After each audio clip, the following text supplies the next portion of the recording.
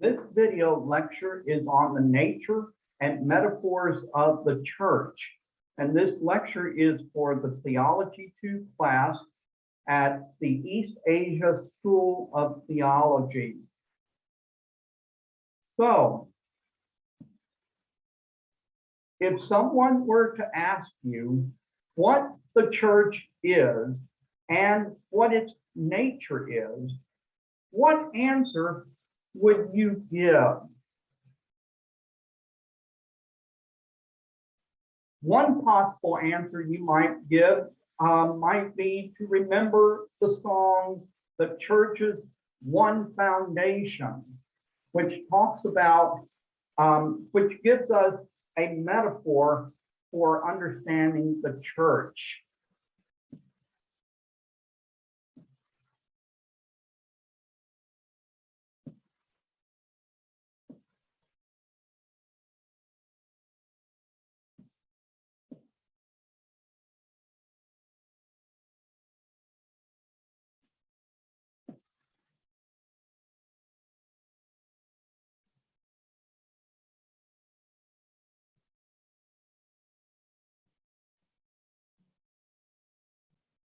So I'm going to play this video, and I want you, as you listen to this video, I want you to think about this question that I asked you just now. If someone were to ask you what the church is, how would you answer this question?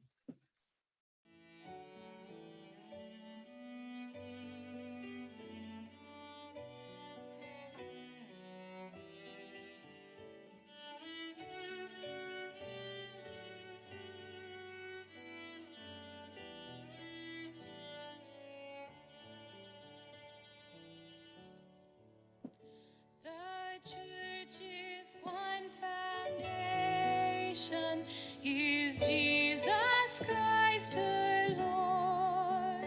She is his new creation by water and the word. From heaven he came and sought her to be his holy bride. With his own blood he bought her, and for her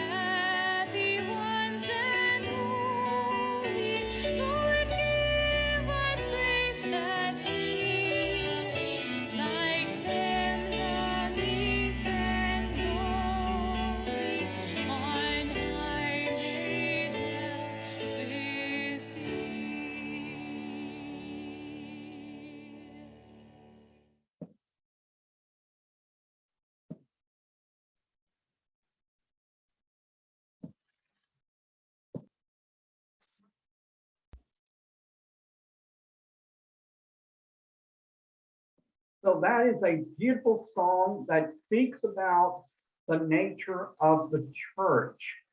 Now, when we look at the Bible and we see how the Bible talks about what the Bible says about the church, what we find is that the Bible often expresses spiritual truth in metaphors so that we are better able to comprehend and grasp profound and sometimes complex philosophical and spiritual truths. That is to say, concrete examples that are familiar to the people of the writers and the speaker's day are often used to illustrate timeless and unchanging truth in fresh and understandable ways. However,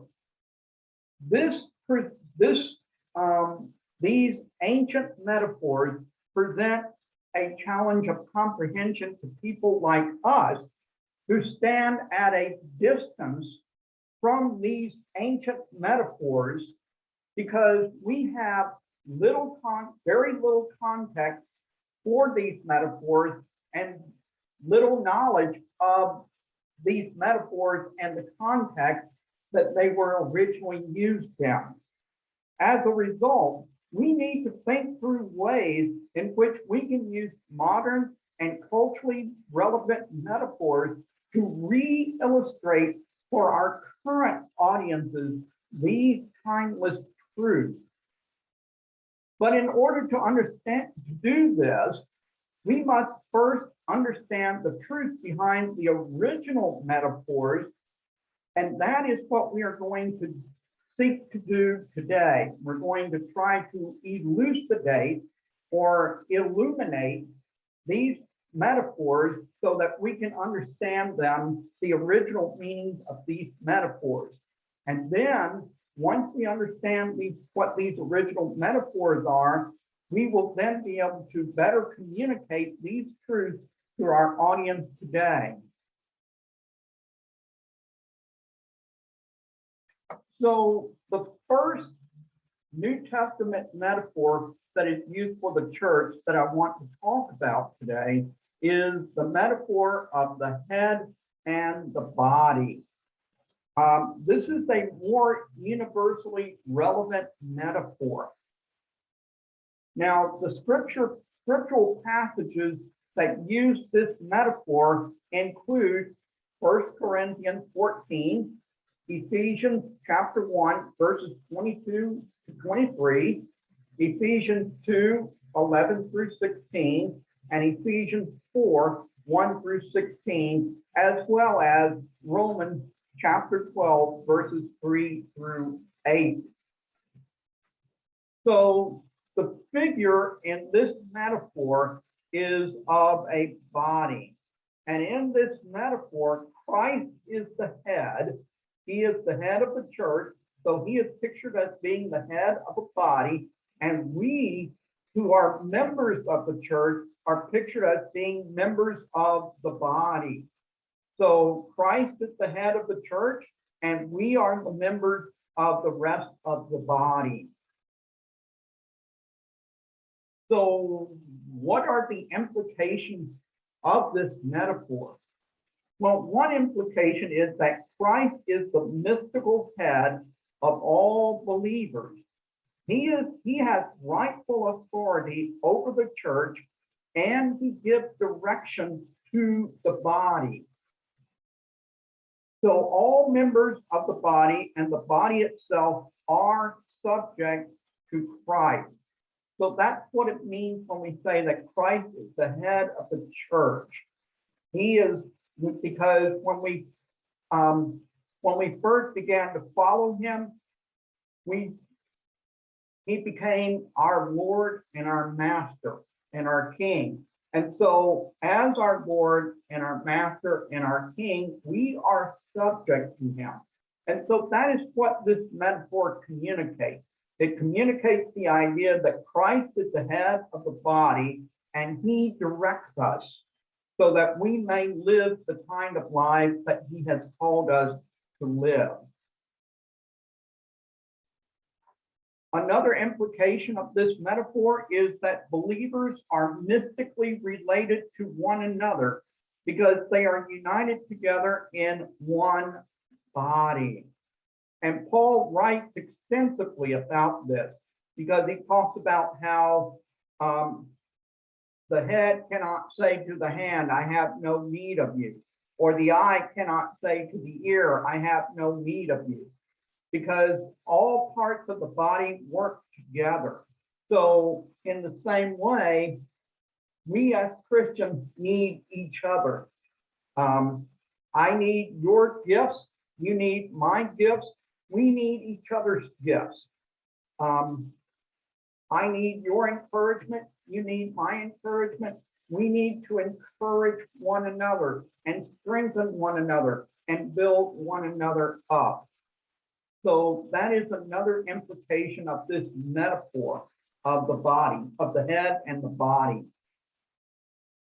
And along those same lines, God has gifted each member of the body for the purpose of mutual edification and growth. These gifts and functions include prophecy, service, teaching, exhortation, giving, leadership, mercy, healing, miracles, discernment, tongues, the interpretation of tongues, wisdom, and knowledge.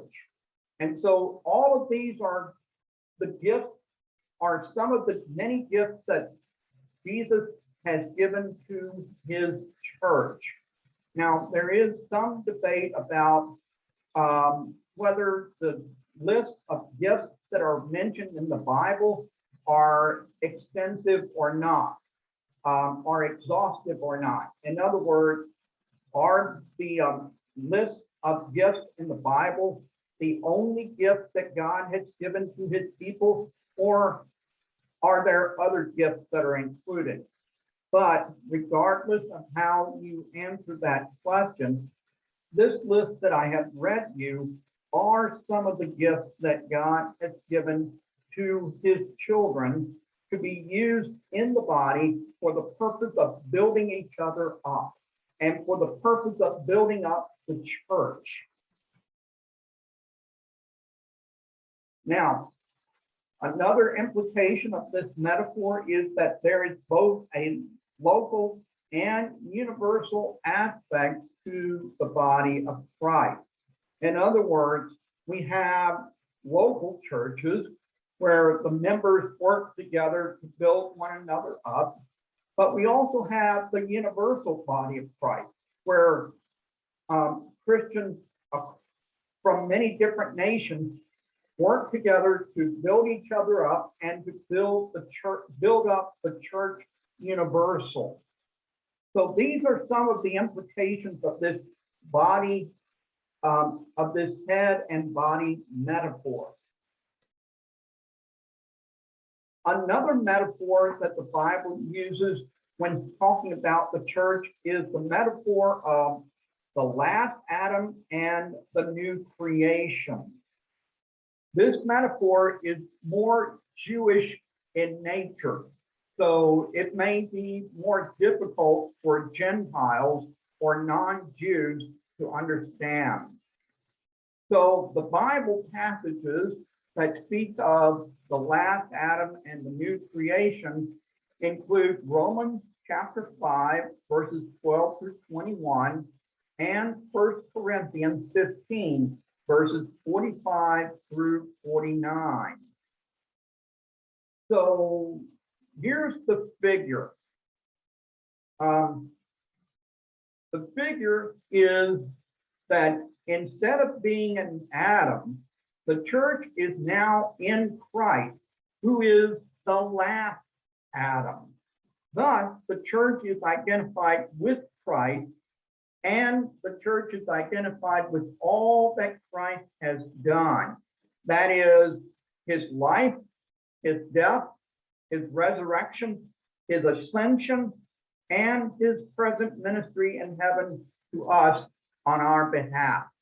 So that means that because we are identified with Christ, We are identified with him in his life. We are identified with him in his death. We're identified with him in his resurrection. We're identified with him in his ascension. And we are identified with him in his present ministry in heaven. So, what are the implications of this particular metaphor? Because of our union with Christ, the church has been delivered from sin, death, and condemnation that came through our original relationship to Adam. Because as descendants of Adam, because of Adam and Eve's fall, we are now born with a sin nature. And so because Christ has delivered the church, he has delivered us from sin, death, and condemnation. So he has delivered us individually and corporately as the entire church. Thus, the church is now declared righteous before God and is victorious over all wicked and spiritual forces of Satan. Okay, so this is the basis of our victory over Satan and over sin, is our identity with Christ. So that's the implication of this particular metaphor of the last Adam and the new creation. The next metaphor I want to talk about is the metaphor of the bridegroom and the bride. And like the head and body metaphor, this is a more universal metaphor because almost every culture has marriage. And so people in many different cultures have had the experience of either being part of a wedding or attending a wedding.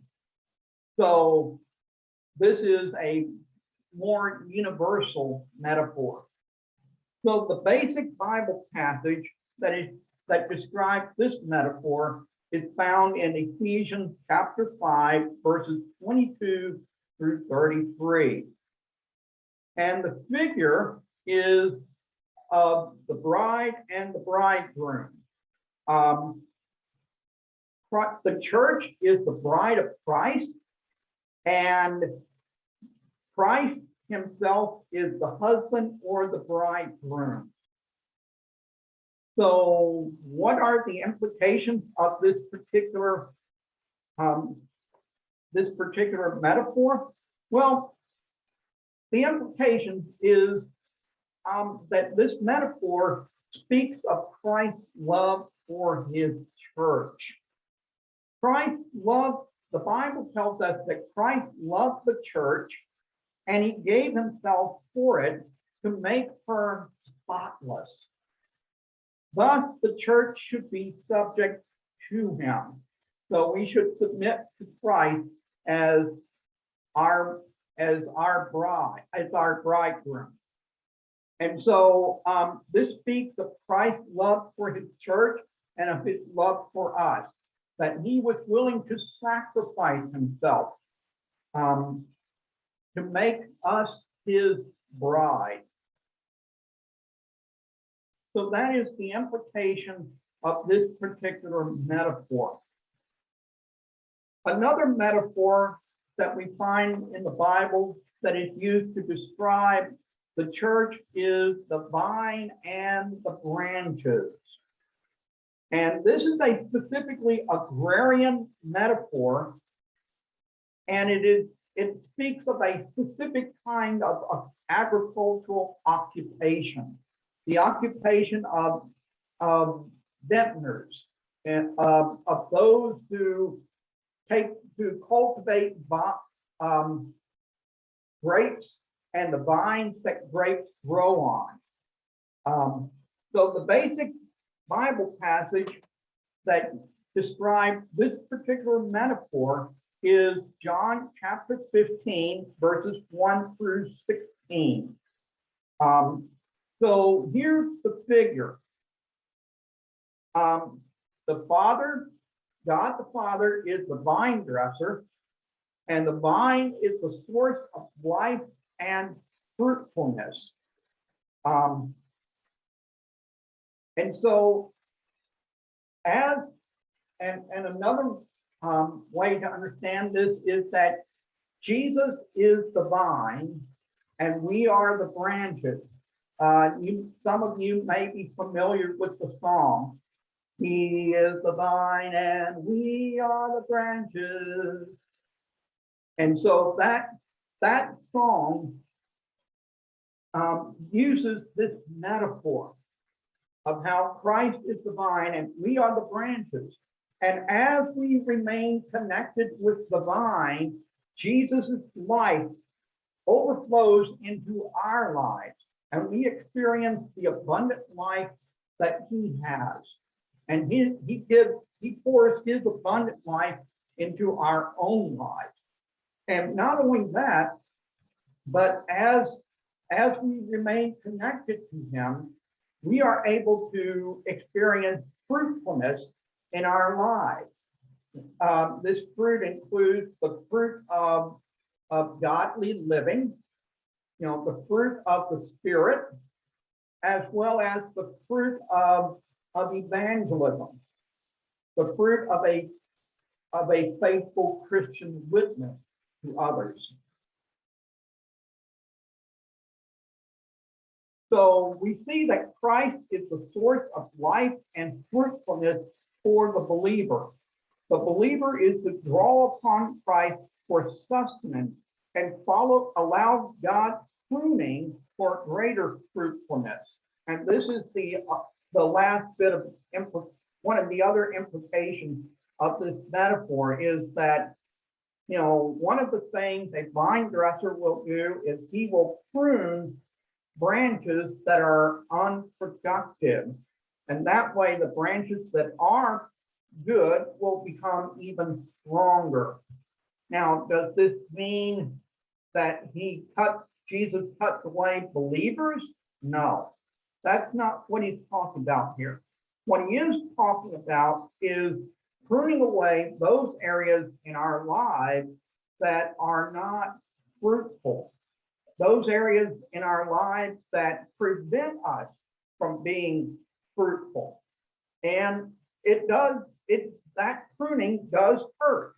It can be painful, but it will ultimately, if we submit ourselves to Christ and allow him to do his pruning work in our lives, then ultimately the end result will be that our lives will be far more fruitful than they would be otherwise if we still had these things in our lives that were sucking the life out of us, so to speak. So that's the metaphor of the vine and the branches. Another metaphor that the Bible uses to speak about the church is the metaphor of the shepherd and the sheep. This is another agrarian metaphor, and it was specific to certain times and a certain way of living. So it may be a bit more difficult for people today to understand this particular metaphor, especially if you're talking to people who have grown up living in cities or other urban areas. The basic Bible passage for this metaphor is found in John chapter 10, verses 1 through 30. And this is where Jesus talks about being the good shepherd. I am the good shepherd, and the sheep know my voice. Right? So the figure here is that Jesus is the good shepherd, and we Christians, his followers, are his sheep. And so he cares for us. And there are some important implications that flow from this metaphor. One of these implications is that Christ gave his life for the sake of the sheep, and he continues to protect and keep them. This is why in Jesus said, all whom the Father has given me, I will not lose one of them. I will watch over them, I will keep them, and at the last day, I will raise them up.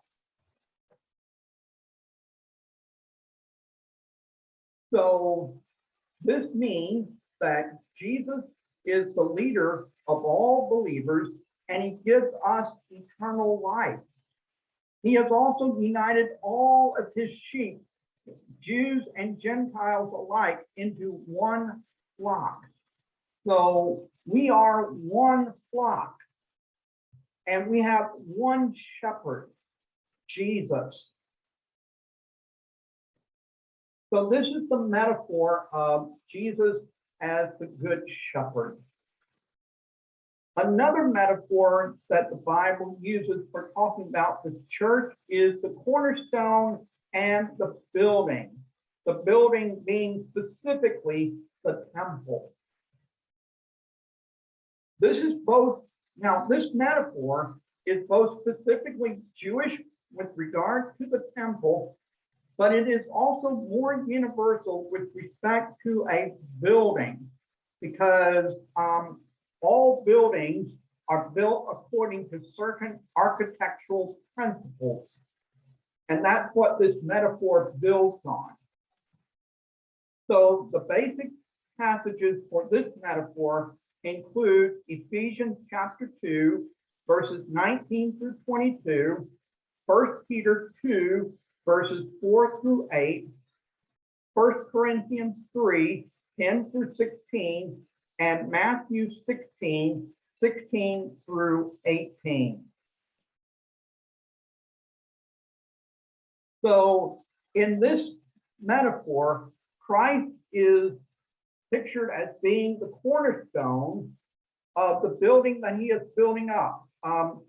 If you take the Jewish interpretation, then what he is building up is a temple where his name will be worshiped and glorified. And so we Christians make up this temple, and we become living stones. In fact, this is the phrase that Peter uses. He talks about how we are living stones in this building that God is building up. So, today we might not talk about building a temple, but many people will certainly be familiar with building a church building or perhaps even a cathedral. And most buildings have a cornerstone, which is used to mark where that building is to be located. And then all the other pieces go together. All the other stones go together. Now, one of the implications of this metaphor is that Christ was rejected by the Jews, and yet he became the cornerstone or the foundation for the church. The church is a unified whole of mutually joined together parts, a temple of God where the Spirit of God dwells. Now, one other interesting facet of this metaphor is that before modern times, when stones were used to build buildings, oftentimes the stones would be of irregular shape. And so these stones would not always fit together. And sometimes they would rub against each other. And so the same is true of us. Sometimes as Christians, we rub against each other in our churches. And so this is part of God's process of working in us to make us more like him. He allows this rubbing process and this friction to occur so that we can learn to become more like him. So this is the metaphor of the cornerstone. Another metaphor that the Bible uses to talk about the church is the metaphor of the high priest and the royal priesthood. Now, this metaphor specifically relates to the Jewish forms of worship, but it has broader spiritual applications as well.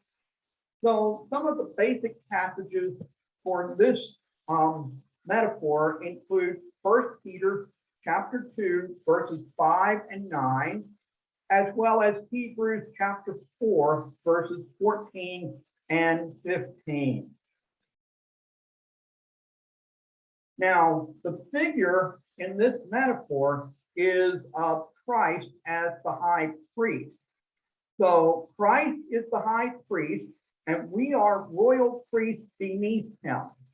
And so, as the high priest, Christ offered himself as a sacrifice on our behalf, and he lives forever to make intercession for us.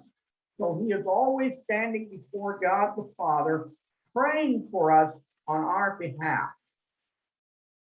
There is also a priesthood of all believers, and thus we can come boldly into God's presence through Christ and offer sacrifices of praise to him as we minister on his behalf.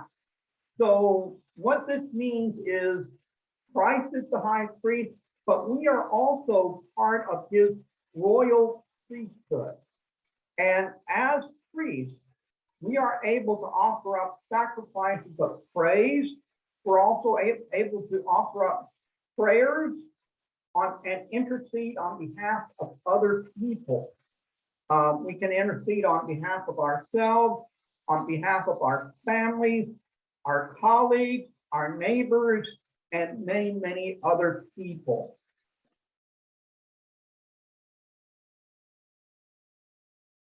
So that is the implication of the high priest and the royal priesthood.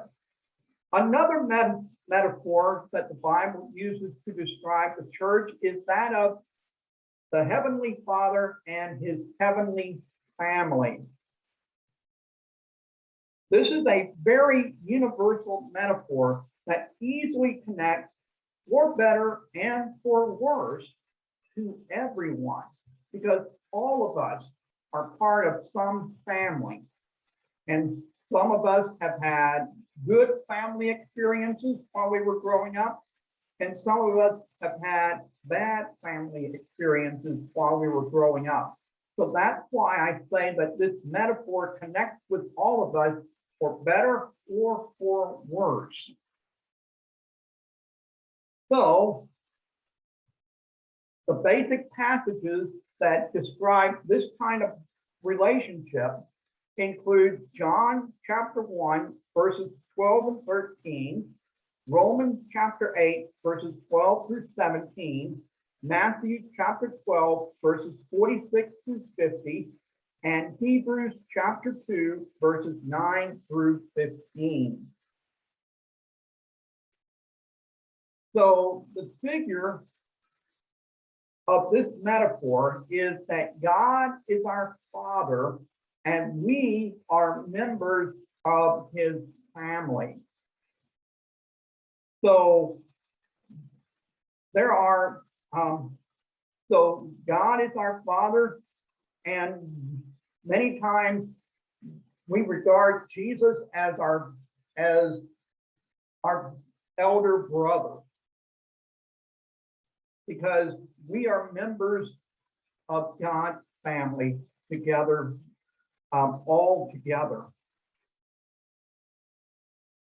So there are a number of implications that go along with this metaphor. And one of these implications is that we are born into God's family by the work of the Holy Spirit. And God loves us as his children, just as parents love their children. So God the Father loves us. Now, I would caution you here because unfortunately for some people, they have not had a very loving relationship with their father or with their mother. In fact, for some people, their parents have been actually been very abusive towards them. And unfortunately, for better or for worse, our relationship with our parents, and especially our relationship with our earthly fathers, often affects our relationship with our heavenly Father. So if we have a good relationship with our earthly fathers, we are more likely to accept the truth of the heavenly Father's love for us. On the other hand, if we have a bad relationship with our earthly father, or if our earthly father has been abusive towards us or has abandoned us, then that makes it much more difficult for us to accept the truth that our heavenly Father loves us. Now, another implication of this metaphor is that just as we are to obey our earthly parents, we are also to obey our heavenly Father.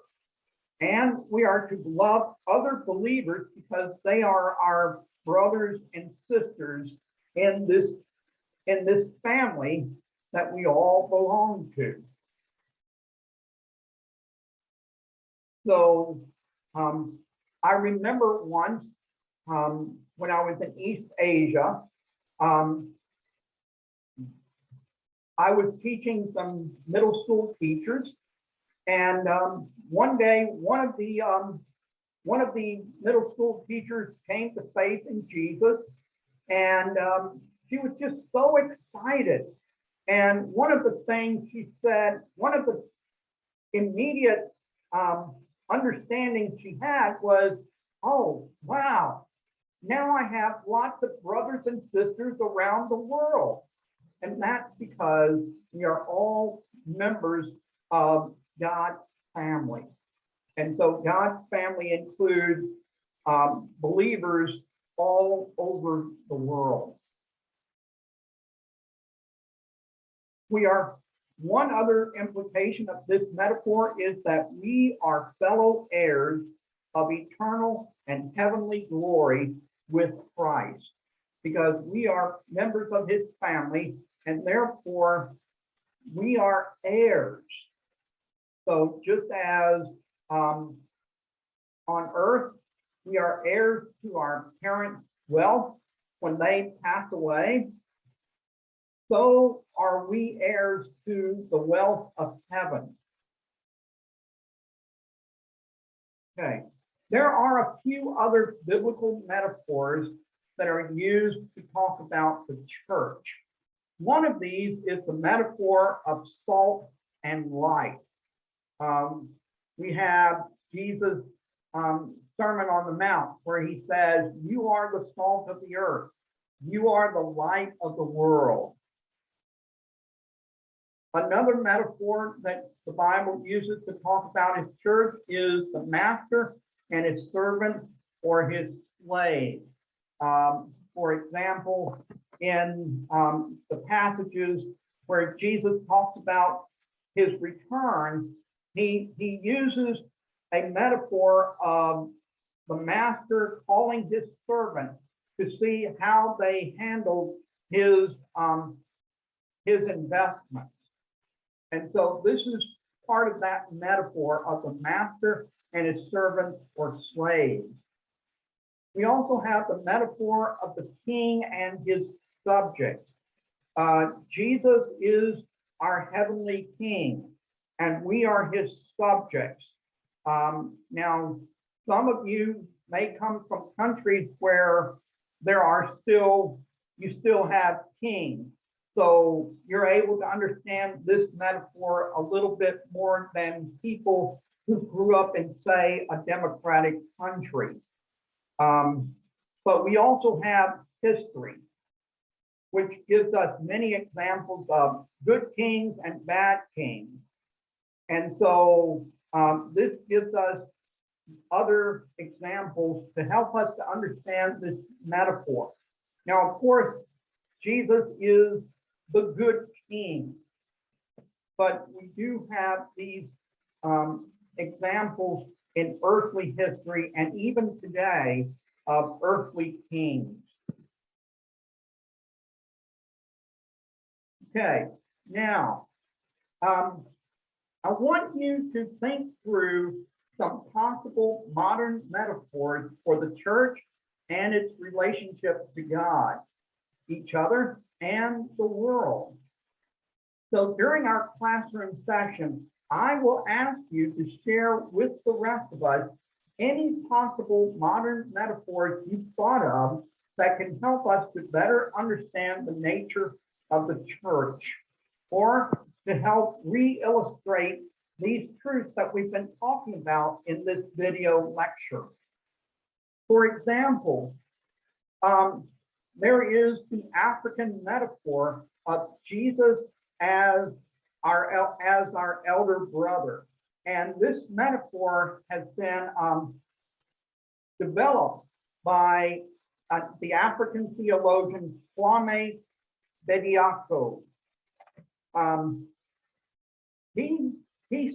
He tried to make Christianity more understandable within an African context. And so he realized that in the African Akan culture, the role of elder brother is that of defender, mediator, and protector. And so he applied that role and he reworked it to talk about how Jesus is our elder brother, and how as our elder brother, he is also our defender, our mediator, and our protector. So this is one example of a modern day metaphor that has been used to help people better understand the nature of the church. So let's talk about the relationship of the church. Okay, so first we have in the Godhead. The church has a relationship with God the Father. He is the father of our heavenly family, and the church is dependent on him and subject to him. The church is also his temple. Okay, so these are some of the metaphors that speak of our relationship to God the Father. The church is God's family, and the church is God's temple. We also have some metaphors that speak about the church's relationship to God the Son. He is the Savior of the church through his death and resurrection. The church is in Christ, and Christ is in the church. He is the foundation and the head of the church, giving life and direction to it. The church is to be subject to his leadership, and he is an elder brother to its members. He loves and sustains the church, seeking to purify it, and he has given it gifted leadership. So all of these metaphors speak to the church's relationship to God the Son. And then we have some metaphors that speak to the church's relationship with the Holy Spirit. The church is born of the Holy Spirit and is indwelt and empowered by him. He baptizes all believers into the body of Christ, and the church has received gifts from the Spirit to mutually benefit the whole body. And so the Spirit gives these gifts so that we can build each other up. We also have metaphors that speak of relationships within the church. The church is a unity of fellow members, mutually dependent upon Christ and interdependent upon one another. They are closely related to one another, having a common heritage in Christ, and they should love one another. So this speaks about our relationship within the church. We also have metaphors that talk about the church's relationship to the world. What is the church's place in the world? Now, on the one hand, the church is often hated, rejected, misunderstood, and persecuted by the world. It does not love, it is, and so that is one of the realities. The church is not to love the world, yet it is to remain involved in the world. And so we have this tension of being in the world, but not of the world. And so that means we are to love the unsaved, we are to serve them, and we are to present Christ to them. So a better understanding of our relationship to the Godhead and to one another, as well as to the world, gives us a clearer picture of what we are to be about and how we are to influence and impact the world around us. So I want to close with a question. Which of these metaphors that we've talked about today help you to better understand the nature of God's church? So I want to encourage you to choose one of the previous metaphors that we've looked at today, and I want you to meditate on its implications for you personally in your life, as well as the implications of that metaphor for your ministry.